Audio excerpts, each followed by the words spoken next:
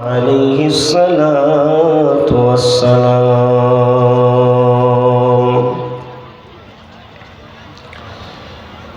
करते में ते भूले रोइली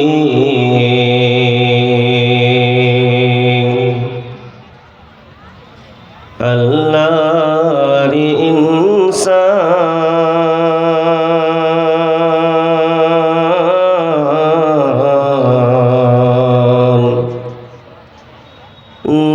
नमानी फरमान रे तुई नमानी कुरान नमानी फरमान रे तुई नमानी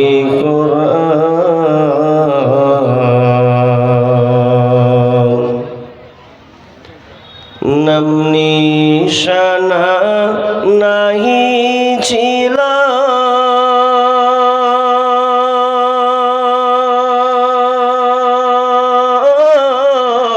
शिशु जीवन के बादिल नमनी शना नहीं छिला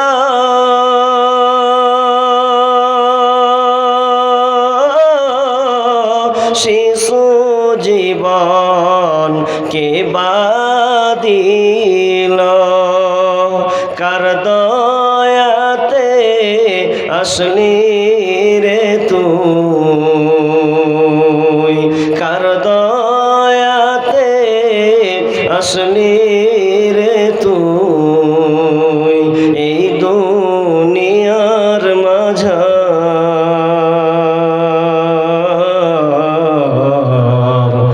नमानी फरमान रे तुई नमानी कुरान नमानी फरमान रे तुई नमानी कुरान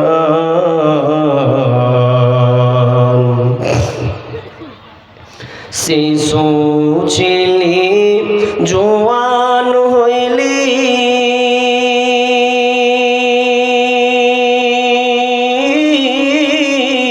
नाना भाবে স্বাদ মিটাইলি শিশু ছিলি জওয়ান হইলি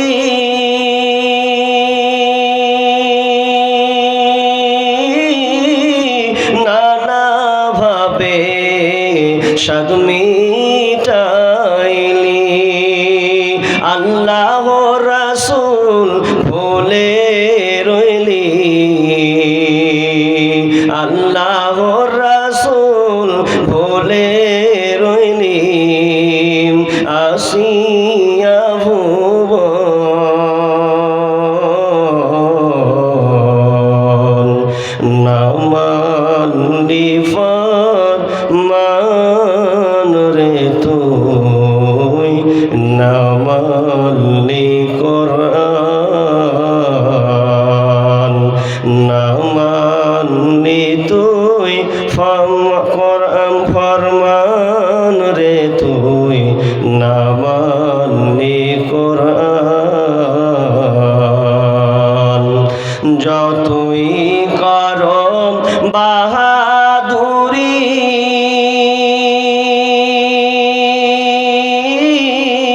এই দুনিয়া নয় তোরা সোল বাড়ি যতই করো বাহাদুরি এই দুনিয়া নয় তোরা সোল বাড়ি যেতে হবে সবই ছাড়ি যেতে হবে সবই ছাড়ি কবর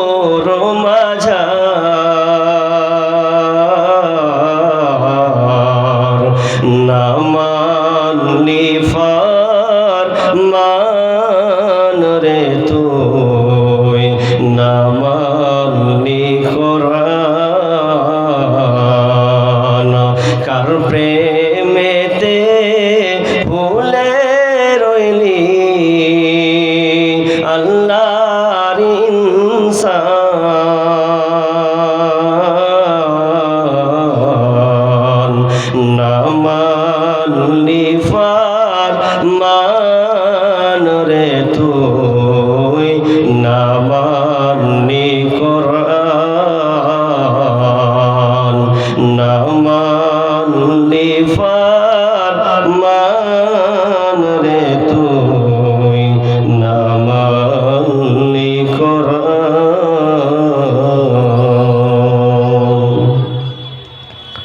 উপস্থিত সম্মানীয় সুযোগ্য আজকের এই জলসার স্বনামধন্য সভাপতি, মঞ্চ উপবিষ্ট আকাশে সাদৃশ্য আলেম ওলামাবৃন্দ, আমার সম্মুখে বসে থাকা বিভিন্ন এলাকা থেকে ছুটে আসা ইসলাম দরদি ছোট বড় ইমানদার মুমিন ভাই সকল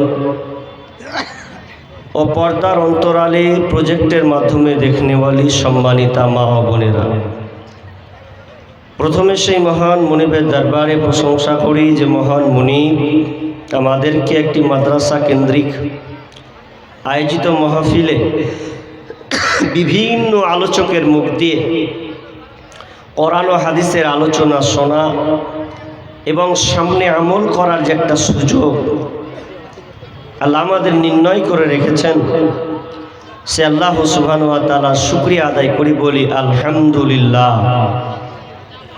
অতঃপর শান্তি বর্ষিত হোক সকল নবীদের উপর, বিশেষ করে আমাদের শেষ নবী জনাবে মুহাম্মদ রাসূলুল্লাহ, আমরা বলি ভাই সাল্লাল্লাহু আলাইহি ওয়াসাল্লাম। মুহতারাম মুকাররম, আমি আপনাদের সম্মুখে একটি বিষয় নিয়ে বলার, যে আয়াতগুলো আমি আপনাদের সামনে ও হাদিস পড়েছি, এই আয়াত ও হাদিসকে সামনে রেখে আজকে আমার আলোচ্য বিষয় গীবত ও পরনিন্দা। গীবত সম্পর্কে গুরুত্বপূর্ণ আলোচনা হবে, কেননা মানুষের আল্লাহ যে মুখ দিয়েছেন, দুনিয়াতে হাত পা বডি যতগুলো গুনাহ আছে তার মধ্যে সিরিয়াল 1 নম্বর একটা গুনাহ, যার নাম হচ্ছে মুখের গুনাহ। এই মুখ দিয়ে আমরা বিভিন্ন ধর্মের বাক্যলাপ মন্দ কথা আমরা ব্যবহার করি, তার মধ্যে একটা নাম হচ্ছে গীবত। গীবত এমন একটা ব্যাধি রোগ, এমন একটা রোগ, এটা একটা মহাব্যাধি, যেই রোগটার মধ্যে আমরা মাস্টার জড়িত, ডাক্তার জড়িত, আলেম মৌলানা জড়িত, সাধারণ পাবলিক নর নারী সবাই আমরা এই পাপটার মধ্যে জর্জরিত, তার নাম গীবত। কেউ বাদ নাই। এই গীবত বা পরনিন্দা করা, পরচর্চা, কুৎসা রটনা করা, এটা এত বড় ব্যাধি যে কোনো বান্দা যদি এই রোগে আক্রান্ত হয় তাহলে আল্লাহ এই গুনাহ ক্ষমা করেন না, যদি সরাসরি আল্লাহর কাছে চাওয়া হয়। এই ব্যাপারে আমি আপনাদের সামনে কিছু সংক্ষিপ্ত আলোচনা করব ইনশাআল্লাহুল আজিজ। তবে আমার আলোচনা চলাকালীন অনেকে উঠছেন, মজা দেওয়ার কিছু নাই, কোরআন ও হাদিসের আলোচনা শুনতে হবে। থাকতালে যেগুলো আমার লিখিত সঙ্গীত আছে, যেগুলো সোশ্যাল মিডিয়াতে আপনারা শুনেছেন, সেগুলো হয়তো ইনশাআল্লাহ আপনাদের সামনে বলার চেষ্টা করব। যেহেতু ক্ষুদ্র প্রয়াস লিখেছি কবিতাগুলো, সেগুলো আপনাদের সামনে আমি বলবো। তবে আমার একটা রিকোয়েস্ট আপনাদের সামনে, আপনারা কারা কারা 1 ঘন্টা থাকবেন না হাত তুলেন। 1টা 2টা 3টা 4টা 5টা 7-8টা লোক তুলে দিয়েছে, থাকবে না। হাজি, আমি প্রশ্ন করেছি কারা কারা থাকবেন না, 7-8টা লোক, ওরা ঝোঁককে তুলে দিয়েছে, ঠিক না? আর বলাটাই উল্টা হয়েছে, নাহলে ওর সিধাভাবে বলতে হতো। জি, তার মানে সবাই থাকবেন। জানি না আপনারা এই অনুরোধ কতটুকু রাখবেন, অতটুকু আমানত কতটুকু আপনারা রক্ষা করবেন। যেহেতু রাত এখন 11:30 ওভারটেক করেছে, পরে আরও একখান বাঘা বক্তা আছে, তা আমি আলোচনার দিকে শুরু করে দিই। গীবাত, গীবাতের ব্যাপারে, পরনিন্দার ব্যাপারে আল্লাহ সুবহানাহু ওয়া তাআলা কি বলেছেন, এগুলো আমাদের একটু জানা দরকার। বিসমিল্লাহির রহমানির রহিম। ইয়া আইয়ুহাল্লাযীনা আমানু ইজতানিবু কাসীরাম মিনায-যন্নি ইন্না বা'দায-যন্নি ইসম ওয়ালা তাজাসসু ওয়ালা ইয়াগতাব বা'দুকুম বা'যা আইয়ুহিব্বু আহাদুকুম আন ইয়াকুলা লাহমা আখিহি মাইতা ফাকারিহতুমুহু ওয়াত্তাকুল্লাহা ইন্নাল্লাহা তাওয়াবুর রহিম। রব্বুল আলামিন সূরা হুজরাতের 12 নম্বর আয়াতে তিনি বলছেন, ইয়া আইয়ুহাল্লাযীনা আমানু, হে ঈমানদারেরা, যারা তোমরা ঈমান নিয়ে এসেছ, তোমরা ভালো করে এই কথাটি তোমরা শুনে নাও। ইস্তানিবু, ইস্তানিবু, তোমরা দূরে থাকো। কি থেকে দূরে থাকবে? কাসীরাম মিনায-যন্নি, তোমরা ধারণা থেকে দূরে থাকবে। তোমরা ধারণা, সন্দেহ, অনুমান থেকে তোমরা সব সময় দূরে থাকবে। কেন দূরে থাকবে? ইন্না বা'দায-যন্নি ইসমুন, কারণ অনেক ধারণা, অনেক সন্দেহ, অনেক কত অনুমান আছে, এই অনুমানগুলো হচ্ছে মহাপাপ, পাপের লিস্টে চলে যাবে। এই জন্য খবরদার, তোমরা কারো ব্যাপারে, কোনো বন্ধুর ব্যাপারে, কোনো ভাইয়ের ব্যাপারে, কোনো ব্যক্তির ব্যাপারে তোমরা ধারণা পোষণ করবে না, ওর ব্যাপারে তোমরা সন্দেহ করবে না। কেমন সন্দেহ? একটা লোক নামাজ পড়লো, এশার নামাজ পড়লো, এশার নামাজ পড়ার পরে 4 রিকাত ফরজ পড়েছে, 2 রিকাত সুন্নাতে মুআক্কাদা নামাজ পড়লো, এরপরে লোকটা বাড়ি চলে গেল। পাশের মুসাল্লি বলছে, কত বড় নামাজি বে, দেখ কত বড় নামাজির বেটা, নামাজি 2 রিকাত সুন্নাতে মুআক্কাদা পড়লে 1 রিকাত যে 3 রিকাত বেতর বিজর বেতর ছিল পড়লো না। কত বড় নামাজি, অথচ আপনি সন্দেহ করে তাকে গালিটা দিলেন, সন্দেহ করে আপনি বললেন। কিন্তু লোকটা জানেন যে হয়তো সে তাহাজ্জুদ পড়ে না, কিন্তু তার আগে আজকে তার মনে হয়েছে আমি আজকে তাহাজ্জুদের নামাজ পড়ব, এই জন্য সে 2 রিকাত সুন্নাতে মুআক্কাদা নামাজ পড়ে বাড়ি চলে গেল। বেতর কেন পড়লো না? তো সে রাত্রে উঠে 2 রিকাত নামাজ পড়ে তারপরে হয়তো সে বেতরটা পড়বে, এই জন্য সে বেতর সে পড়লো না। এক কথায় তাহাজ্জুদের নামাজ পড়বে, এই জন্য বেতরের সালাত সে আদায় করলো না। আর এই সময় আপনি তাকে কি সন্দেহ করে দিলেন যে কত বড় নামাজের বেটা, নামাজি। তার মানে আল্লাহ বলছেন, খবরদার তুই এই ধরনের কথা বলবি না, কারো ব্যাপারে তুই সন্দেহ পোষণ করবি না। একটা লোক টেনে আছে, টেনে বসে খাবার খাচ্ছে, রমজান মাস চলছে, আর আপনিও মুসলমান, এবার আপনি তার পাশে বসে আছেন। যে লোকটা খাবার খাচ্ছে মাথায় টুপি আছে, আপনার কিনা দাড়ি, বড় বড় দাড়ি তার আছে। এমন সময় দিনের বেলাতে বিসমিল্লাহ করে খাবার খাচ্ছে, আর আপনি সঙ্গে সঙ্গে বলছেন লোকটা কত নিমহারাম, দেখ রমজান মাসেও সে দিনের বেলা খায়, একটু লজ্জা লাগে না? মুখে দাড়ি নিয়েছে, মাথায় টুপি নিয়েছে, এরপরে লজ্জা লাগে না? কিন্তু না, আপনি এই ধারণা করতে পারেন না, কারণ হতে পারে রমজান মাস হলেই বাকি হবে, হতে পারে লোকটা একজন মুসাফির, সফর যাত্রী, সে সফর অবস্থায় আছে। মনে করেন সে মুর্শিদাবাদ থেকে আপনার এইদিকে কোথাও ঢুকেছে, কিন্তু রোজা রাখেনি, কারণ মুসাফির জন্য সফর ব্যক্তি ব্যক্তির জন্য রোজা মাপ আছে, তবে সে পরে আদায় করে নিবে। এই জন্য আপনি ওই লোকটাকে বলতে পারেন না যে কত বড় নিমহারাম দিনের বেলা সে পান করছে। আপনি সন্দেহ করতে কখনো পারেন না। ধারণা কারো ব্যাপারে আপনি করবেন না, ধারণা করা যাবে না। ধারণা করা মোটেও চলবে না। বিশ্বনবী বলছেন, ইয়াকুম ওয়াজ-যন্না ফাইন্নাজ-যন্না আকযাবুল হাদিস। বিশ্বনবী বলছেন, তোমরা ধারণা অনুমান থেকে দূরে থাকো, অনুসন্দেহ থেকে দূরে থাকো। কেননা অনেক ধারণা হচ্ছে মিথ্যা, অনেক সন্দেহ হলো মিথ্যা, মিথ্যার দিকে চলে যায়।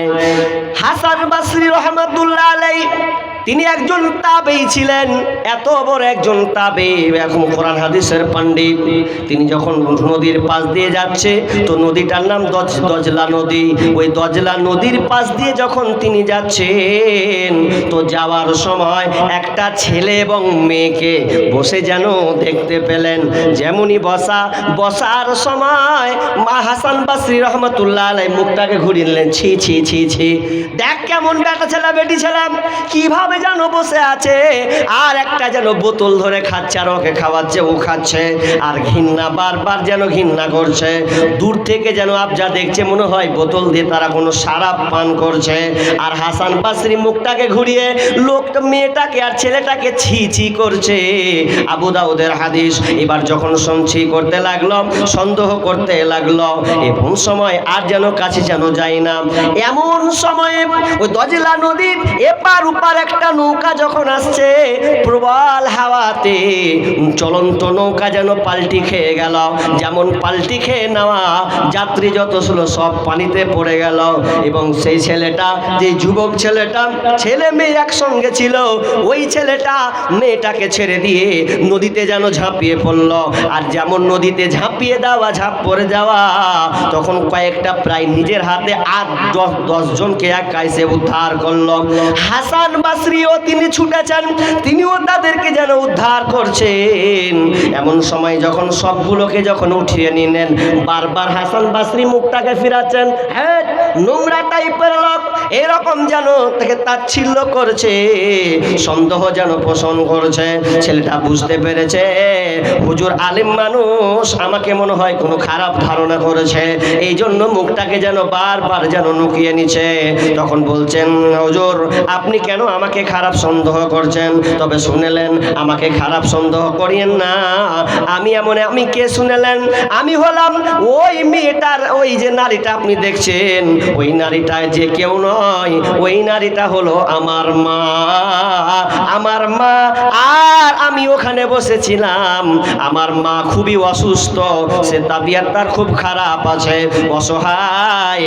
আমার মা থাকতে পারছে না, এই জন্য বারবার আমি আমার উরু রঙের মাথায় বালিশ করে দিয়ে আমার মাকে আমি শুইয়ে দিয়েছি। আর ওই দজলা নদীর পানি বোতল দিয়ে আমি আমার মাকে বারবার খাওয়াচ্ছি। প্রখর রোদ, এই জন্য মুখ যেন শুকিয়ে যাচ্ছে, এই জন্য আমি কখনো পান করছি। আমার মাকে আমি দজলা নদীর পানি পান করাচ্ছি। আমরা বসে আছি, এই জন্য নৌকাটা এপার আসবে, মাকে নিয়ে নৌকাতে উঠে ডাক্তারের কাছে যাব, চিকিৎসা করব, এই জন্য আমরা বসে আছি। যেমন এই কথা বলা, হাসান বসরি চোখ দিয়ে পানি যেন ঝরঝর করে ঝরতে লেগেছে।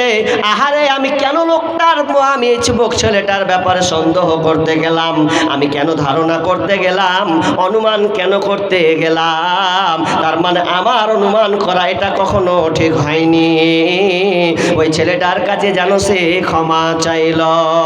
এই জন্য আল্লাহ সুবহানাহু ওয়া তাআলা বলছেন, ওরে ঈমানদারেরা, তোমরা যারা ঈমান এনেছো, শোনো, খবরদার কারো ব্যাপারে তোমরা কোনো মতে ধারণা করবে না, সন্দেহ করিও না কারো ব্যাপারে। কারণ সন্দেহ এমন একটা জিনিস, ভালো লোককে খারাপ বানিয়ে দেন আপনি। যার অপরাধ নেই, সন্দেহ করে আপনি তার নামে এমন খারাপ মন্তব্য করলেন, সমাজের কাছে ওকে কলঙ্কিত করে দিলেন, তাহলে এ দায়ভার কে নিবে? অতএব কারো ব্যাপারে আপনারা কোনো সন্দেহ করবেন না, যতক্ষণ পর্যন্ত নিখুঁত নির্ভেজাল সঠিক প্রমাণ না হবে ততক্ষণ পর্যন্ত আপনি কারো ব্যাপারে কোনো দাগ লাগাতে পাবেন না। যেমন একটা মহিলার নাম বলছি, যেই মহিলাটার নাম হচ্ছে হিন্দা, হিন্দা বিনতে উতবা। এই হিন্দা প্রথম লগ্নে কিন্তু সে অমুসলিম ছিলেন, ইসলাম গ্রহণ করেননি। সেই সময়ের কিছু একটা কথা আপনাদের শেয়ার করছি, কাজে দিবে। মা বোন আপনারা বসে আছেন, আপনাদের জন্য আরও কাজে দেবে। কি? হিন্দা বিনতে উতবা এমন একজন মহিলা, যেই মহিলা যদিও ইসলাম গ্রহণ করেননি, পরে ইসলাম গ্রহণ করেছে। সেই সময়ের কথা, তিনি কেমন মহিলা ছিলেন? দেখতে মক্কা নগরীর সবচাইতে টপ লেভেলের মহিলা ছিল এই হিন্দা। যদি কোনো নামে নাম দেওয়া হতো, বিশ্ব সুন্দরীর কোনো কনফারেন্স, কোনো নাম অনুষ্ঠান হতো, তাহলে এই হিন্দাই সর্বপ্রথম ফার্স্ট হতো। এত সুন্দরী আল্লাহ তাকে বানিয়েছিলেন। এই হিন্দা বিয়ে যখন দিবে তো দিবে তো কার সাথে? প্রথম যার সঙ্গে বিয়ে হয় তার নাম হলো প্রথম স্বামী। হিন্দার পরে সুফিয়ানের সঙ্গে বিয়ে হয়েছিল, কিন্তু প্রথম স্বামীর সঙ্গে যখন তার বিবাহ হলো, তো বিবাহ হতে গিয়ে এককালীন একটা সময় ছিল, বড়লোকের ঘরের মেয়ে তো বড়লোকের ছেলের সঙ্গে বিবাহ, গোত্র বংশ দেখে বিবাহ দেওয়া হতো। যখন তার বিবাহ হলো, তো বিবাহ হওয়ার পর এবার স্ত্রীকে স্বামী বলছে, বিবি হিন্দা চলো, আমাদের বাগানে একটা বাড়ি আছে, বিশাল বড় বাড়ি, ওই বাড়িতে আমরা আজকে ঘুমাবো। ওই বাড়িটাকে মেহমানখানা, বড় করে মেহমানখানা বাড়ি, ওই বাড়িতে ঢুকবে। কোনো মেহমান যদি বাহির থেকে আসতো, সরাসরি ওই বাড়িতে ঢুকে যেত, খানা পিনা খেয়ে আবার বেরিয়ে চলে যেত। এটা বৈঠকখানা, মেহমানখানা খুলেছিলেন। তো একদিন বিবিকে বলছে, বিবিরে চলো না, ওই বাগান বাড়িতে আজকে আমরা ঘুমাবো, দুপুরে খাওয়া দাওয়া করে ঘুমাবো। চলেন তাহলে আমরা ঘুমাই। হিন্দা কিন্তু চরিত্রের দিক দিয়ে ভালো কোয়ালিটির ছিল। কেমন? হাদিসে আছে, একটা মেয়ে হিন্দার সামনে এসে বলছে, জানিস রে হিন্দা? বলছে কি? যে পাশের বাড়ি ওই মেয়েটাকে দেখছি একটা ছেলের সঙ্গে কথা বললো। হিন্দা বলছে, ছি ছি ছি, তোবা তোবা, কেমন করে মেয়েটা ওই ছেলেটার সঙ্গে কথা বললে? যে কথাটা কেমন? যে কথাটা এরকম যে লোকটা মনে হয় রাস্তা চিনতে চাইছিল, যে ডান দিকে না বাম দিকে কোন জায়গা যাব, এইরকম রাস্তা চিনছো। তো মেয়েটা বলে দিয়েছে। তো হিন্দা বলছে, ছি ছি, তোবা তোবা, মেয়েটা কেমন করে রাখাতে পারলে? জি, কেমন করে রাখতে পারলে? আর আমাদের মেয়েরা সুবহানাল্লাহ, স্বামীর সঙ্গে তো কথা কয় না, তো স্বামীকে বাদ দিয়ে দেওর ভাসুর সাথে এমন কথা প্রীতি চলে। আর বাইরের কোনো লোক যদি আসে, এত প্রীতি কথা চলে। হকার কোনো ব্যবসায়ী বেচতে এলে তার কাছে তরকারি কিনা, চুড়ি কিনা, এগুলো আপনাদের দিকে আছে? আমাদের মুর্শিদাবাদের অহরহ স্বামী দোকানে বাইরে গেছে, ও দোকানদারি করছে নিচে, এটা আর এমন গল্প করছে। এক জায়গাতে আমাদের মুর্শিদাবাদে ওই একটা মেয়ে, একটা হকার এসছে, চুড়ি মুড়ি হ্যান্ডম্যান সব কিছু বেচছে। চুড়িওয়ালা যাকে বলা হয় গোদা বাংলা, চুড়িওয়ালা এসছে চুড়ি বিক্রি করতে। একদিন, দুদিন, 4 দিন, 5 দিন হতে একদিন হঠাৎ করছে, হ্যাঁ জি চুড়িওয়ালা, তোমার মোবাইল নাম্বারটা দিবা না? এখন ওকে ভালো লেগে গেছে কিনতে। এখন মোবাইল নাম্বার নিবে, তো এখন মোবাইল নাম্বার নিয়ে ওর সঙ্গে কথা বলবে। আমাদের মুসলমানের মেয়ের খাসলত এগুলা। আর হিন্দা একটা মুশরিকা মেয়ে, অথচ ছিছি করে যে আমি কি করে পরপুরুষের সঙ্গে কথা বলি। এটা হতে পারে না। আর আমাদের খাসলত খুবই খারাপ, এমন হয়ে গেছে যে আমরা মেয়েদেরকে ছেড়ে দিয়েছি, স্ত্রীকে আমরা ওপেন ছেড়ে দিয়েছি। ছেড়ে দেওয়ার কোনে এক অপরে কথা বলছে। কেমন? যেমন একটা গাজাল আছে, এ আবার কেমন যুগ আইল রে ঈমানকে খাইল, এ আবার কেমন যুগ আইল, এ আবার কেমন যুগ আইল রে ঈমানকে খাইল, এ আবার কেমন যুগ আইল। যুবক যুবতীর মোবাইলে, যুবক যুবতীর মোবাইলে চলছে শুধু হ্যালো, এ আবার কেমন যুগ আইল রে ঈমানকে খাইল, এ আবার কেমন যুগ আইল।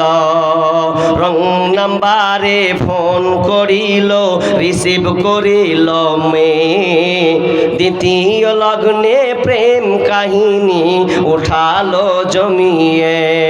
রং নাম্বারে ফোন করিল, রিসিভ করিল মেয়ে, প্রথম লগ্নে প্রেম কাহিনী উঠালো জমিয়ে। আর দ্বিতীয় লগ্নে,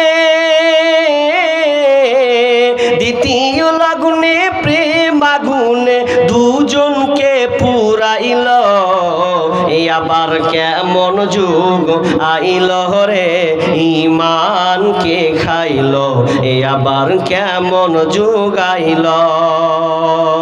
মেয়ে নিল মোবাইল হাতে, ফেসবুক চালাবে তাই ওয়েটিং রত বসে আছে প্রেমিকি তাহার। মেয়ে নিল মোবাইল হাতে, হোয়াটসঅ্যাপ চালাবে তাই ওয়েটিং রত বসে আছে প্রেমিকি তাহার।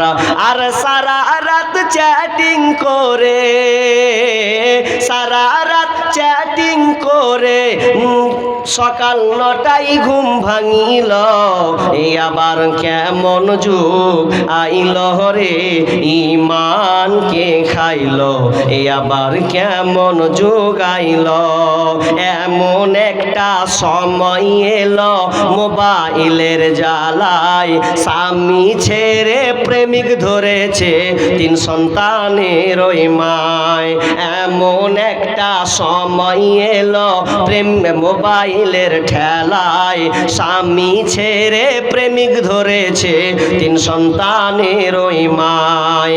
আল্লাহ যা শরম বিক্রি করে, হায়া শরম বিক্রি করে নতুন সংসার যে বাঁধিল, এই আবার কেমন যুগ আইল রে ঈমানকে খাইল, এই আবার কেমন যুগ আইল। যুবক যুবতীর মোবাইলে চলছে শুধু হ্যালো, এই আবার কেমন যুগ আইল রে ঈমানকে খাইল।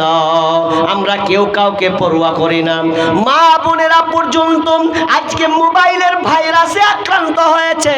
এই জন্য আজকে মেয়েরা নিজের পছন্দের মতন প্রেমিকের সাথে পালিয়ে যাচ্ছে। 3 সন্তানের মা পর্যন্ত স্বামীকে বাদ দিয়ে অন্যের সংসার সে করতে শুরু করেছে। যেমন একটা নির্লজ্জ বেহায়াপনা শুরু হয়েছে, অথচ হিন্দা ওই ধরনের কোনো মহিলা ছিলেন না। কিন্তু একদিনের ঘটনা, স্বামী বলছে হিন্দা চলো আমরা ঘুমাই, আমরা আমাদের আর আমাদের বাড়িতে মেহমানখানা বাড়ি, বিশাল বড় বাড়ি, ওই বাড়িতে আমরা ঘুমাবো। বি বলছেন স্বামী আমার চলেন তাহলে আমরা ওখানে ঘুমাবো। এমন সময় তার স্বামী বাড়ি থেকে বেরিয়ে গেলেন, স্ত্রী যেন ঘুমিয়ে আছে, ঘুমটা ভেঙে তিনি বাড়ি থেকে বেরিয়ে চলে গেলেন। চলে যাওয়ার পর কিছুক্ষণ পরে, আমি আগে বলেছি বাড়িটা ছিল মুসাফিরখানা বাড়ি, এক্সট্রা ভাবে তৈরি করা ছিল, কিন্তু আজকে ঘুমাতে আসবে এমন সময় স্বামী তার বাড়ি থেকে বাইরে চলে গেছেন। চলে যাওয়ার পর এবার কিছুক্ষণ পর যখন ঢুকছে, তো আর একটা লোক যেন ওই বাড়ি থেকে যেন ঢুকছে, তার সঙ্গে কথা না বলে যেন চলে গেল। বাড়িতে ঢুকার পর এবার তার সন্দেহ শুরু হয়ে গেল, আহারে আমার বিবি নাকি অন্য কোনো পুরুষকে ডেকেছিল নাকি, এই দিন দুপুর বেলায় 2-3টার সময় আমার স্ত্রী আবার এর সাথে কিসের সম্পর্ক আছে, আমি তো ছিলাম না। বাড়ি ঢুকে বলছে বিবি রে হিন্দা বল তোর কাছে কোন ছেলে এসেছিল বল, পুরুষটা কে ছিল বল?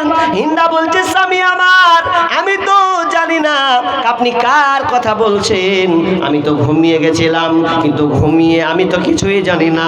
হিন্দাকে বলছেন শোন, বেশি বেশি লুকানোর চেষ্টা করিস না, কে ছেলেটা ছিল বল। তার মানে তোর সঙ্গে কোনো আকাম হয়েছে, তোর সঙ্গে কোনো খারাপ কাজ হয়েছে, এই জন্য হয়তো তুই আমাকে বলিস না, লুকিয়ে রাখছিস। না, তোকে আমি কোনো লুকাতে দেব না, কারণ আমি চোখের সামনে দেখি যে ছেলেটা আমার পাস্তার পাশ দিয়ে এসে চলে গেছে। হিন্দা বারবার বলছে স্বামী আমার, ওগো আমার প্রাণের স্বামী, আমি আপনাকে জায়গা দিয়েছি, আমি কাউকে জায়গা দিই নাই, আপনি আমার স্বামী, আমি কেন অন্য পরপুরুষের সঙ্গে কথা বলতে যাব, পরপুরুষের সঙ্গে আমি কেন আলাপ করতে যাব, আমি তো এই ব্যাপারে কিছুই জানি না। হিন্দার স্বামী বলছে শুনবো না, তুই তোর সঙ্গে খারাপ ব্যবহার করেছিস, তার মানে ওকে এমন পর্যায়ে দেখলো হিন্দা কিন্তু আর সহ্য করতে পারে না। স্বামী খবরদার আমাকে এই মন্দ ধারণা আমাকে দিও না, আমি কাউকে চিনি না, আমার কারো সঙ্গে দেখা হয়নি। হিন্দার স্বামী বলছে আর তোকে বাড়িতে রাখবো না, চল, তোকে আর বিবির লিস্টে রাখবো না, তোকে আমি তালাক দিয়ে দেব, তোর মতন নিমহারাম বেঈমান স্ত্রী আমার দরকার নাই। হিন্দা কাঁদে আর স্বামীর পা জোরে ধরে কাঁদে আর বারবার বলে স্বামী গো খবরদার আপনি আমাকে ভুল বুঝেন না, ভুল বুঝে আমাদের সুন্দর সংসারকে আপনি ধ্বংস করিয়েন না। কিন্তু স্বামী কোনো মতে শুনলো না, না শুনে হিন্দা বাপের বাড়ি চলে গেল। বাপের বাড়ি গিয়ে সমাজে রটিয়ে গেলাম। হিন্দা একটা পরপুরুষের সঙ্গে খারাপ আচরণ করেছে, খারাপ ব্যবহার করেছে, তার সঙ্গে নোংরা কাজ করেছে। এবার উদ্বাদ্য শুনে মাথা খারাপ, আমার মেয়ে ধরনের কাজ করতে পারে না, আমার মেয়ে ধরনের নোংরা কাজ করতে পারে না। সুন্দরভাবে মেয়েকে ডেকে বলছেন মা রে বল, হিন্দাকে বল, তুই কি কোনো পরপুরুষের সঙ্গে তোর কোনো অঘটন ঘটেছে কে? হিন্দা বলছে আব্বা আপনার জামাই আমাকে খুব ভুল ধারণা কুধারণা করছে, আমাকে সন্দেহ করছে, আমি এ ব্যাপারে কিছুই জানি না। কিছু জানিস না? বলছে না, আপনার জামাই আমাকে খালি সন্দেহ করছে, আর সন্দেহ করে এই ধারণা করে আমাকে বলছে যে আমি তোর সংসার করব না।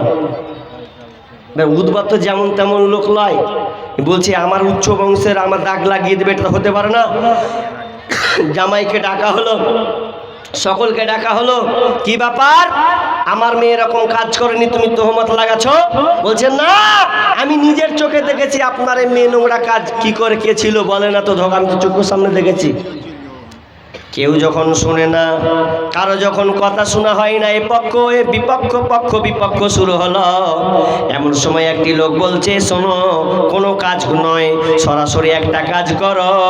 আমাদের কাহিন যে আছে ইয়ামেনে একজন কাহিন আছে, জ্যোতিবাবু আছে বা জ্যোতিষী আছে, ওই জ্যোতির কাছে গিয়ে আমরা আমাদের রোগটাকে ধরব, কেউ অপরাধী কে নির্দোষ এটা প্রমাণ হয়ে যাবে। সেই সময় মক্কার সময় আপনার কি নাম জ্যোতিষীর কাছে ভালো মন্দ ভাগ্য নির্ণয় করা হতো।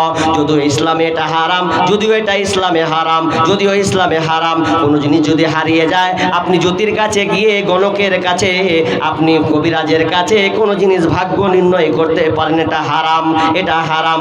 তবে শুনেলেন কিছু কিছু কবিরাজ আছে, কিছু কথা মিল খেয়ে যায়, এটা হাদিসে স্পষ্ট বিশ্বনবী বলেছেন। এটা কেমন করে কবিরাজেরা বলতে পারে কিছু কথা কেমন মিলে যায়? তারা কিন্তু বদমাশ জিনদেরকে বশ করে নেওয়ার পর যে জিনগুলো আসমানের উপরে ফেরেশতারা যখন মানুষের ব্যাপারে, তার ভবিষ্যৎ ভাগ্যর ব্যাপারে কথাবার্তা চলে, এমন সময় বদ শয়তান জিনেরা তার কথাগুলোকে তারা শুনে নেয়, আর কিছু কথা শুনে তারা ওখান থেকে চলে আসে। ঠিক তেমনি ভাবে ওই কথাগুলো তাদের কবিরাজকে বলে দেয়, কিন্তু এটা প্রকাশ্য হারাম। কবিরাজের বাবার ক্ষমতা নাই কোনো মানুষের ভাগ্য নির্ণয় করা। করা, ভাগ্যের ব্যাপারে পরিবর্তন করে দেওয়া, কোনো কিছু বলা, এটা কারো কোনো শক্তি নাই। কিন্তু সেই সময় মুশরিকরা এটাকে বিশ্বাস করত। তারা তো মুশরিক ব্যক্তি। ইয়ামিন চলে গেলেন। ইয়ামিন যাওয়ার পর এবার দুজনকে নিয়ে যাওয়া হলো, হিন্দা এবং হিন্দার স্বামীকে নিয়ে। আল ফাকি ইবনে মুগিরা এবং হিন্দা, তারা দুজনে পাশাপাশি স্বামী স্ত্রী যেন বসে গেছেন এবং হাতটাকে চালাতে শুরু করলেন। কাহিন যখন হাত চালালেন, হিন্দার হাত ধরে নিলেন। হাত ধরে হাত যেন জাদু ঘুরতে লাগলো। জাদু করতে করতে এক সময় হিন্দাকে বলল, হিন্দা এই ব্যাপারে সম্পূর্ণ নির্দোষ, এ কোনো অপরাধ করেনি, এর সাথে কোনো পর পুরুষের মোলাকাত সাক্ষাৎ হয়নি। যখন এই কথা বলা, সবাই যেন জেনে গেল হিন্দা হলো নিরপরাধ। যখন কবিরাজ কাহিন যখন এই জাদু চালালো, কাহিন কিন্তু ক্ষান্ত হয়নি। আরেকবার আরেকটা জাদু সে চালিয়ে দিয়েছে। চালানোর সময় কি দেখতে পেল, চালাতে চালাতে হিন্দাকে বলল, হিন্দা শুনে লাও, তোমার পেট থেকে একটা বাদশার যোদ্ধার জন্ম হবে, বীর যোদ্ধা জন্ম হবে, রাজা বাদশার জন্ম হবে। এটা একটা সুসংবাদ। তাহলে দুইটা তার খবর তার কানে চলে গেল। কিন্তু হিন্দার স্বামী আল ফাকি ইবনে মুগিরা এবার স্ত্রীকে বলছে, হিন্দা রে, আমি তোমাকে ভুল বুঝেছি, সন্দেহ করেছি, জিদ করে আমি তোমাকে তালাক দিতে চেয়েছিলাম, কিন্তু না, আমি ভুল বুঝতে পেরেছি। হিন্দা বাড়ি চলো, আমি আবার আগের নাই আমরা দুজনে সংসার করব। মেয়ে মানুষ তো বুঝেন, মেয়ে মানুষরা কত খারাপ। এ তো স্বামী রেগেছে। হিন্দা বলছে, তুমি আমাকে গোটা মহল্লায় অপবাদ দিয়েছ, আমার নামে সন্দেহ করে আমার ভবিষ্যৎ, আমার কলঙ্ক লাগিয়ে দিয়েছ। অতএব আমি আর তোমার সঙ্গে সংসার করব না, আমি তোমার সঙ্গে আর ভাত খাবো না, আমি বাপের বাড়ি চলে গেলাম। আল ফাকি ইবনে মুগিরা বারবার স্ত্রীকে বলে, বিবি রাগ করো না, ভুল করে দিয়েছি। বলছে, না, শুনবো না। এই জন্য তোমার মতন বেঈমানের কাছ থেকে আমার পেটে কোনোদিন যোদ্ধার জন্ম হতে পারে না। তোমার কাছ থেকে, তোমার মতন কুধারণা বেঈমানের কাছ থেকে আমার পেট থেকে যোদ্ধার জন্ম হতে পারে না। অতএব আর তোমাকে সেই রকম বাপ হতেও দিব না। তো আমি চাই না তুমি আমাকে আর সংসার করো, আমি তোমাকে খোলা তালাক দিয়ে দিলাম, আমি আর তোমার সংসার করব না। সন্দেহ খুবই খারাপ জিনিস। কোনো মতে কারো ব্যাপারে সন্দেহ করবেন না। তবে কিছু সন্দেহ করা যায়। কেমন অনুমান করা যায়, ধারণা রাখা যায় যে আপনি একটা ছেলেকে দেখছেন কোরআন তেলাওয়াত করছে, নামাজ পড়ছে, বক্তব্য দিচ্ছে, এমন সময় বলছেন, আহা, ছেলেটা ভবিষ্যতে বিশাল বড় আলেম হবে, বিশাল বড় বক্তা হবে। তো এই ধারণা করা ভালো, কিন্তু মন্দ ধারণা করা হারাম। আয়াতটা শুধু শেষ করছি, এরপর আল্লাহ বলছেন, ওয়ালা তাজাসসু, তোমরা খবরদার তাজাসসুসি করবে না, কারো গোপন খবর উদ্ঘাটন করবে না, কারো ব্যাপারে গোয়েন্দাগিরি করবে না, কারো গোপন পাপ তুমি কারো সামনে প্রকাশ করবে না। তুমি কারো গোপন পাপ জানতে পারলে, তোমার বন্ধু একটা খারাপ অন্যায় কাজ করে দিয়েছে কোনো মেয়ের সাথে, এসে নিজেকে বুঝতে পেরেছে আর ওর সাথে কোনো সম্পর্ক নেই। এখন আপনি তো জানেন, জানতে গিয়ে আপনি কি করলেন, আপনি ওপেনলি বলে দিলেন। আল্লাহ বলছেন, খবরদার কারো বিষয়ে অনুসন্ধান করতে যেও না। বিষ্ণু বলছেন, মান সাতারা মুসলিমান সাতারাল্লাহু ফিদ দুনিয়া ওয়াল আখিরা। মুসলিম শরীফের হাদিস, কেউ যদি কারো গোপন পাপকে ঢেকে রাখে, আপনি কারো পাপকে ঢেকে রেখেছেন, জানেন লোকটা খারাপ কাজ করেছে, এখন আপনি ওটাকে ওপেন করে এমন ঢেকে দিলেন। আল্লাহ সুবহানাহু ওয়া তাআলা বলছেন, ওই বান্দা, যে বান্দা তার পাপকে ঢেকে রেখেছে, আল্লাহ তার পাপকে দুনিয়াতে এবং আখিরাতে ঢেকে রাখবেন। কেমন করে ঢেকে রাখবেন? বুখারীর রাতে একটা হাদিস আছে, আল্লাহ তাআলা বিচারের দিন যখন ওই বান্দার বিচার করবেন, বিচার করার সময় একটা আর দিয়ে দিবেন, পর্দা দিয়ে দিবেন। পর্দা দেওয়ার দিয়ে পর ওই বান্দাটাকে বলবেন, বান্দা তোমার আমলনামা তুমি পড়ো, তোমার আমলনামাতে এগুলো সব আমার ফেরেশতা লিখেছে। তুমি যে পাপ অন্যায় কাজ করেছো, এই অন্যায়গুলো কি আমার ফেরেশতারা ভুল লিখেছে? তখন ওই বান্দা বলবে, আল্লাহ না না না, আপনার এই ফেরেশতারা আমার ব্যাপারে একটাও ভুল কথা লেখেনি। আমি দুনিয়াতে যা খারাপ কাজ করেছিলাম ওগুলো সব ঠিকই আছে। তখন আল্লাহ সুবহানাহু ওয়া তাআলা ওই বান্দাকে বলবে, বান্দারে তাহলে শুনেলে, তুই যেমন গোপনে পাপ করেছিস এবং তুই একটা দুনিয়াতে কাজ করেছিলি, সেই কাজটাকে তুই কারো পাপকে গোপন রেখেছিলি দুনিয়াতে, তোর বন্ধুর পাপটাকে তুই গোপন রেখেছিলি, কোনো ব্যক্তির পাপকে তুই গোপন রেখেছিলি, কাউকে বলিস না। তো আমি আল্লাহ শুনেলে আমিও তোর পাপকে গোপন রেখে দিলাম। তুই যে পাপগুলো করেছিস ওই গোপন পাপগুলো আমি আল্লাহ আর পাবলিক শো করলাম না, আমি আল্লাহ আমার আর দিয়ে রেখে দিলাম এবং বান্দা আমি তোকে ক্ষমা করে দিলাম। কি লাভ হলো? কি লাভ হলো গোপন রাখতে গিয়ে? আল্লাহ আপনার পাপকে ঢেকে দিবেন। যদি আপনি কারো পাপ, কোনো গোপন কথা যদি আপনি রেখে দেন লুকিয়ে, তাহলে আপনি এখান থেকে দুইটা ফায়দা, আখিরাত দুনিয়াতেও ফায়দা, আখিরাতেও ফায়দা। আল্লাহ তাআলা বলছেন ওয়ালা তাজাসসু, এরপরে বলছেন ওয়ালা ইয়াকতাব বা'দুকুম বা'যা, এবং তোমরা কি করো, কারো ব্যাপারে গীবাত করিও না। গীবাত মানে বুঝেন? গীবাত, এটা উদাহরণ দিই। গীবাত হাদিস তো আছে, উদাহরণ দিলে আপনি বুঝবেন গীবাত কাকে বলে। আপনার যে এলাকার 4টা লোক বিদেশ গেছে, 4টা ছেলে বিদেশ গেছে। কোথায় গেছে? তো আমাদের দিক কলকাতা। এখন কলকাতাতে বিদেশ গেল, বিদেশ যাওয়ার পর এবার একটা বাড়িতে কাজ করতে, মিস্ত্রি কাজ করছে বাড়ি বসে। তো ওই বাড়ির একটা মেয়ে ছিল ভালো, তো 4 জনের মধ্যে একটা মেয়ে একটা ছেলের সঙ্গে কট খেয়ে গেছে। কট বুঝেন তো? কট, লাইন লেগে গেছে, লাইন। এবার লাইন যখন লেগে গেছে তখন বাড়ির গার্জেন জেনে নিয়েছে, মালিক, তখন ওকে 2 ফাইট মেরেছে। ভাই তোর চরিত্র ভাল লাই। এই চরিত্র যখন ভাল লাই, 2-3 ঘুষি আর মেয়ের খেয়ে ও কি আর থাকে, ও এই মেয়েটার খেয়ে ব্যাগ রেডি করে বাড়ি আপনার এলাকায় চলে এসছে। খবরটা কে জানে? 3 বন্ধু। বাকি গ্রামের লোক জানে কি? আর বাপ মা কইছে, হ্যাঁ রে কি ব্যাপার, এগুলা আকাম কেনে? কইছে মাগে পড়ে গেছে, পরে যে এগুলো আকাম হয়ে গেছে গে, মানে ও এখনো যেতে কইতে পারে না যে ফাইটটি খেয়েছে। কিসের ফাইট? অন্য মেয়েকে হাত দেওয়ার লেগে ফাইটটি যখন খেয়েছে, কইছে এরকম কেমন ওই জায়গা ওরে আমার ধন রে কলজা রে, যে এখন বুঝিয়ে মুঝিয়ে নিলেও ব্যাস থাকছে। এবার ওই মাল 3টা 2 মাস পর আসছে, কিন্তু গ্রামের লোক তো জানে না ওই একাম করেছে ও। এবার ওই 3টা যখন চলে এসেছে, চলে আসার পরে এবার ওই যে রাত্রেবেলা বন্ধুকে নিয়ম সিস্টেম, সন্ধ্যার দিকে চা খেতে যায়, ভেদার করবে, ওর কথা ওকে লাগাবে, কথা ওকে লাগাবে, ওই তোর কী করলে, ওই কী করলে, এরকম হয় কি হয় না? এরকমই তো হয় দোকানে। এবার দোকানে বসে ওগুলো হচ্ছে, এবার হতে বলছে, হ্যাঁ বে জয় দুধ দেখি কাড়াকাড়ি বাড়ি চলে এসছে, তোরা ফের 2 মাস পর এসছে। তো 3 জন আর থামতে পারে না, লুস করছে, কহে দি নাকি থামতে পারে না। তখন কহেছে কি ব্যাপারে, কোনটা জায়গা পড়েছিল জয়দুর রে? বলছে কে ফের পড়েছিল? বলছে কইছে যে পড়ে গেছিল, হাত পা গেলে কেটে গেছে। যে বলছে কথার কথা পড়েছিল না ছে। ও কি করেছে জানিস? ওদের ওই বাড়ির ওই মেয়েটাকে ও একটু করতে ফাসিং করতে গেছিল, যে কেলানি খেয়েছে, দিয়ে ওই সব বাড়ি এসছে। বলছি ইন্নালিল্লাহ, এরকম কাজ করেছে। এবার গোটা গ্রামে জেনে নিলে যে ও মুখের বেটা এটা কাজ করে দিয়েছে। কিন্তু বাকি 3 জনা যদি পারতো ওই জিনিসটাকে গোপন রাখতে, পারতো কি পারতো না? পারতো। কিন্তু গীবত কাকে বলা হয়?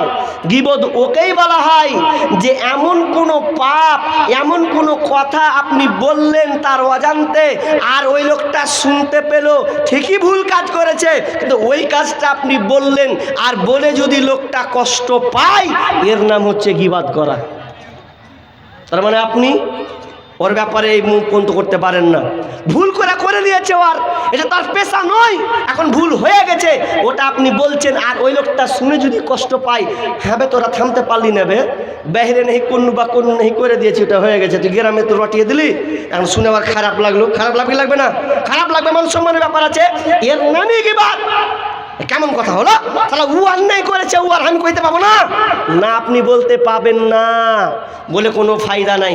তবে 6 জায়গায় গীবত করা যায় যাচ্ছে, এটা আমি হয়তো বলতে পাবো না। চলেন আপনাদের যেটা বলতে চাচ্ছি, গীবত খুবই খারাপ নোংরা জিনিস, গীবত থেকে আমাদেরকে বাঁচতে হবে।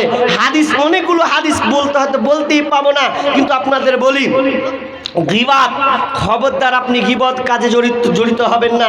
এটা খুবই নোংরা, খুবই খারাপ একটা কাজ। অতএব গীবত থেকে আমাকে বাঁচতে হবে। আল্লাহ তাআলা বলছেন, ওয়ালা তাজাসসু ওয়ালা ইয়াগতাব বা'দুকুম বা'দা আইয়ুহিব্বু আহাদুকুম আইয়াকুলা লাহমা আখিহি মাইতা। আল্লাহ রাব্বুল আলামিন বলছেন, তোমরা কি চাইবে, তোমরা কি চাও যে তোমাদের মৃত ভাইয়ের মাংস খেতে পছন্দ করবে? তোমাদের কি কি মনে চায় যে তোমার মৃত ভাইয়ের মাংস তুমি ছিঁড়ে ছিঁড়ে খাবে? আল্লাহ বলছেন না, তোমরা এটা কখনোই চাও না, তোমাদের এটা তোমরা নিজেরাও কিন্তু এটা চাও না। তার মানে আল্লাহ এখানে একটা উদাহরণ দিলেন, কেউ যদি কারো গীবত করে তার মানে ও মৃত ভাইয়ের মাংস সে খেল।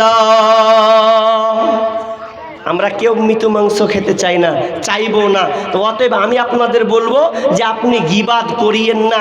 গীবত খুব মারাত্মক জিনিস, এটা হাক্কুল ইবাদ। হাক্কুল্লাহ তো আলাদা জিনিস। হাক্কুল্লাহ, আপনি নামাজ পড়েননি, আল্লাহ বলছেন ক্ষমা করেন, জেনা করে দিয়েছেন, আল্লাহর কাছে ক্ষমা চাইলেন, রোজা রাখেন, আল্লাহর কাছে ক্ষমা চেয়ে নিলেন, হয়ে গেল। কিন্তু আপনি এমন জনের একটা পরনিন্দা, পরচর্চা, চুগলখড়ি করা শুরু করলেন, চুগলখড়ি করা শুরু করলেন, যে আপনি চুগলখড়ি যখন করতে লাগলেন তার মানে আপনি এই লিস্টে পড়ে গেলেন। অতএব আল্লাহর কাছে পানা চাইতে হবে এবং পাশাপাশি যার গীবত আপনি করেছেন সতর্ক অবলম্বন করতে হবে, সতর্ক অবলম্বন করতে হবে। ভাইরা আমার, তাহলে এই গীবত আমাদের খুবই খারাপ জিনিস। আমরা বেশিরভাগ মানুষ এই কাজে জর্জরিত আছি। ভাই, এটা মাদ্রাসার জালসা, আপনারা জানেন, এটা আপনারা অবগত আছেন যেটা মাদ্রাসার জলসা। অতএব মাদ্রাসার জলসা তার মানে এটা হচ্ছে একটা ফুল বাগান। এখান থেকে ছেলেরা দিনী শিক্ষা অর্জন করে আমার মতন আর অন্যান্য আলেমের মতন বিভিন্ন জায়গায় গিয়ে এই ইসলামী দাওয়া অর্থাৎ কোরআন ও হাদিসের আলোচনা শোনাবেন। যেমন আপনারা বর্তমানে এখন শুনতে পাচ্ছেন, আমি কোনো স্কুলের পড়ুয়া নয়, আমিও একটা মাদ্রাসার স্টুডেন্ট, ছাত্র। অতএব এই মাদ্রাসা আমরাকেই দেখতে হবে, এটা সরকারের কোনো অজুহাত নাই। সরকার তো চাই, প্রতি বছরই চাই, কত জায়গায় যে আপনার মসজিদ মাদ্রাসাগুলোকে ভাঙার জন্য ভাঙছেও বা সুযোগ পেলেই ভাঙছে, কিন্তু আমরা মুসলমান, আমরা এই কাজ হতে দেব না। আমাদের প্রাণ দিয়ে, আমাদের বুদ্ধি দিয়ে, আমাদের শ্রম দিয়ে এই মাদ্রাসা মসজিদগুলোকে আমরা একটা ভালো পর্যায়ে নিয়ে যাব। আল্লাহ তাআলা যেন আমাদের এই সামর্থ্য দেন, শক্তি দেন। ভাইয়া, আমি একজন মুসাফির হিসাবে আমি আপনাদের কাছে কিছু আবদার রাখছি। যেহেতু মুসাফির, আল্লাহ সুবহানাহু ওয়া তাআলা রাসূল সাল্লাল্লাহু আলাইহি ওয়াসাল্লাম বলেছেন মুসাফিরের দোয়া আল্লাহ কবুল করেন। বিধায় আমি মুসাফিরের লিস্টে থাকার কারণে আমি আপনাদের জন্য দোয়া করব। কেউ আছেন যে যেমন পারবেন, অনেক দান দিয়েছেন, কিছু দান যদি দেন, কারণ আলোচক বক্তা চলে এসেছেন অলরেডি। অতএব যারা দেওয়ার ইচ্ছুক যে কিছু দিব। আর একটা মেমহল থেকে আমি উঠার সময় একজন ভাই, এটা মনে হয় মেয়েরা দিয়েছে, একটা গলার চাঁদির একটা মালা দিয়ে পাঠিয়েছেন। তো একটা পেয়েছি, আর একটা যদি জোড়া পেতাম, একটা জোড়া, জি, প্রত্যেকটা জিনিস তো জোড়া। আল্লাহ তাআলা বলেছেন ওয়া খালাকনাকুম আজওয়াজা, প্রত্যেকটা জিনিস আল্লাহ জোড়া বানিয়েছেন। তো জোড়া থাকলে একটা সৌন্দর্য নাকি? জোড়া সৃষ্টি করেছো সবার, তাই তো সুন্দর ধরা, একের লাগি অপরজনে হয় যে মাতোয়ারা। আত্মার মতো শক্তি তুমি রেখেছো গোপন করে, শত চেষ্টা করে তাকে পারি না রাখতে ধরে। এই জন্য বলেন আর একটা জোড়া, কোনো মা বোন, কোনো খালা আছেন, কোনো আমার মাসি আছেন, যে এই মালাটার একটা কেউ জোড়া হবেন। দেখেন আল্লাহ এই দানটাই আপনার আখিরাতের জন্য কল্যাণ বয়ে নিয়ে আসবে। হয়তো বা দুনিয়াতে থাকতে হয়তো কোন দিকে কাকে কোন বেটিকে দিয়ে চলে যাবে। তো একটা জোড়া চাইছি। আর আপনারা কেউ আছেন 20টা লোক, বলেন 1000 টাকা করে দিবেন। 20টা লোক আছেন, কোনো আমার যুবক ভাই যারা দিন মজুরি করে খাচ্ছেন, অল্প কিছু আপনার কাছে চাইছি। এই অল্প কাজ আল্লাহ এর বিনিময়ে আপনাকে বড় কিছু দিবেন। আছেন আল্লাহর রাস্তায় কেউ? বলুন, কেউ 500 1000 দেনেওয়ালা? জি, কেউ আছেন?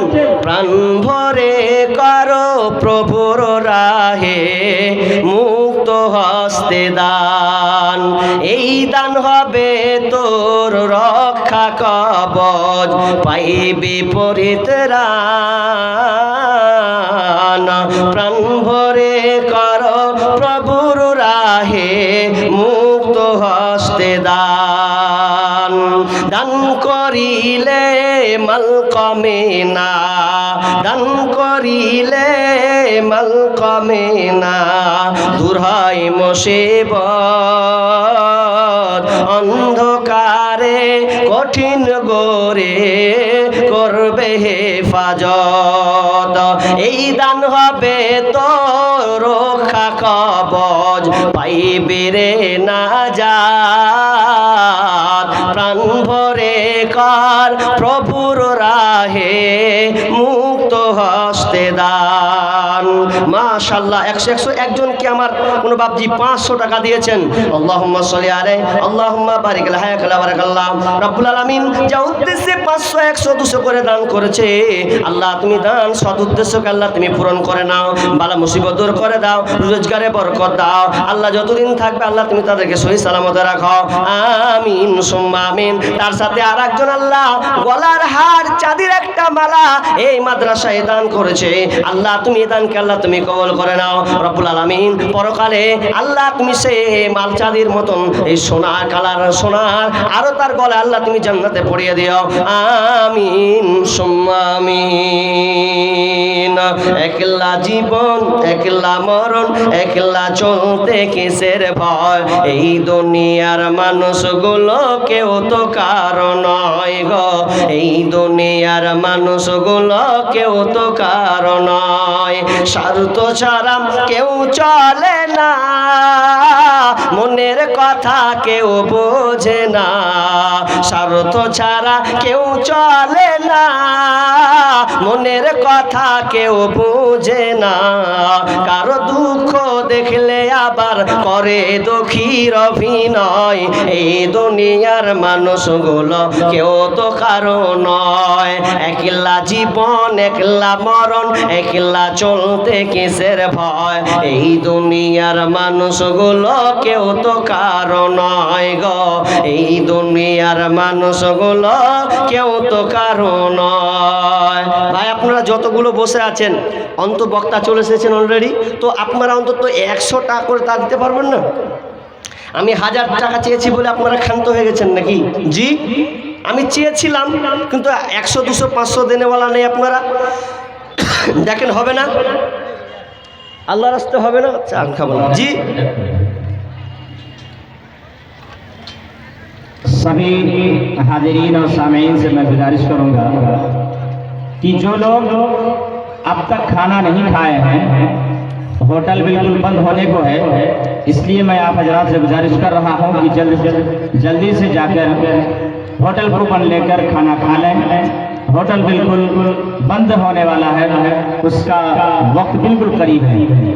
सभी हजरात से गुजारिश है कि जो खाना नहीं खाए हैं वो जल्दी जाकर खाना खा लें, और फिर होटल जो है बंद हो जाएगा उसके बाद। জি, যারা খাবেন খেয়ে আসেন, খালি খেয়ে আসলে হবে? জি, কিছু তো দিতে হবে আল্লাহর রাস্তায়। খাও খান, অসুবিধা নাই, পাশাপাশি এই মাদ্রাসায় আপনাদেরকে দিতে হবে। তা আমি শেষ আবদার চাইলাম, এটা আবার ওই ঝাড়খণ্ডের মতন হয়ে গেল না তো? ঝাড়খণ্ডীতে এত চেয়ে মুয়ে, তার আগের দিনকে 4-5 লাখ টাকা কালেকশন করলাম নদিয়াতে। এবার ঝাড়খণ্ডে গেলাম, সব পিস সাঁওতাল পড়ে গেছে, দিয়ে ও সব হজরত আলীকে লিয়া পাগলা, পয়সাটা তার কেউ দিতে চায় না। জি, তো এইরকম আপনাদের এলাকায় যে আমি চাইছি মুসাফির হিসাবে আপনাদের কাছে চলে যাব হয়তো, তো কেউ নাই শেষের মুহূর্তে, শেষ ভালো যার সব ভালো তার, কেউ নেই আল্লাহর রাস্তে। 500 টাকা করে দিতে পারবেন না? 5টা লোক 10টা লোক এরকম উঠতে পারবেন না? জি, দেখুন আল্লাহ রাসূল বলছেন, আল্লাহ তাআলা নিজে বলছেন, ইয়া ইবনে আদম, হে